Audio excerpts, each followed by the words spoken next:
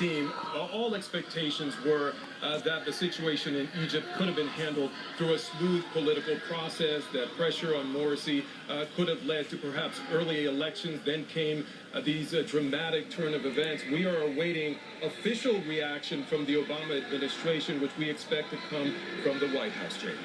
And Lothian, we'll check back with you in a minute. Joining us now in studio is former Chief of Staff for the Pentagon and also Chief of Staff for the CIA, Jeremy Bash, and Robert Sadloff. He's Executive Director of the Washington Institute for Near East Policy. Jeremy, I'm going to start with you. You've been in some of those meetings. What exactly is the president trying to decide right now?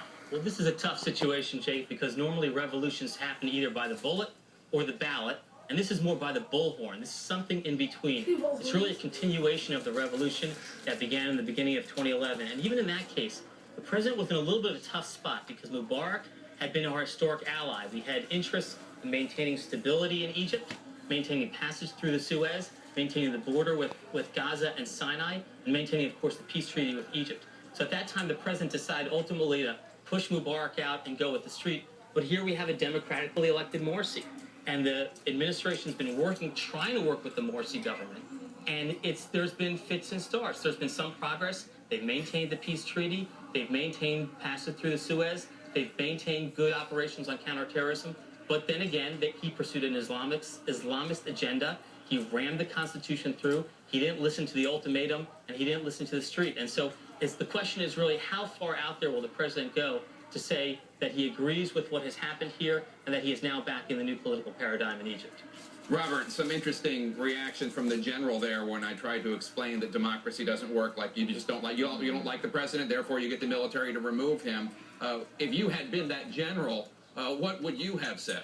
I don't think General Yazal gave the most effective explanation for what happened today. I think a more compelling explanation is millions of Egyptians had a face-off, and to protect thousands of lives that would have been lost if violence began in the streets of Cairo, the military intervened. The military stopped historic bloodshed.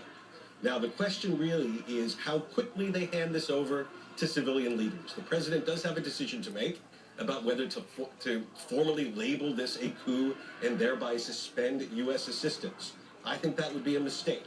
You think that there is a wiggle room in the U.S. law about coups where it says you can assess it and do what you want to do, essentially? Yes, I think that would be a mistake to label this action a coup and to penalize the Egyptians for what just happened.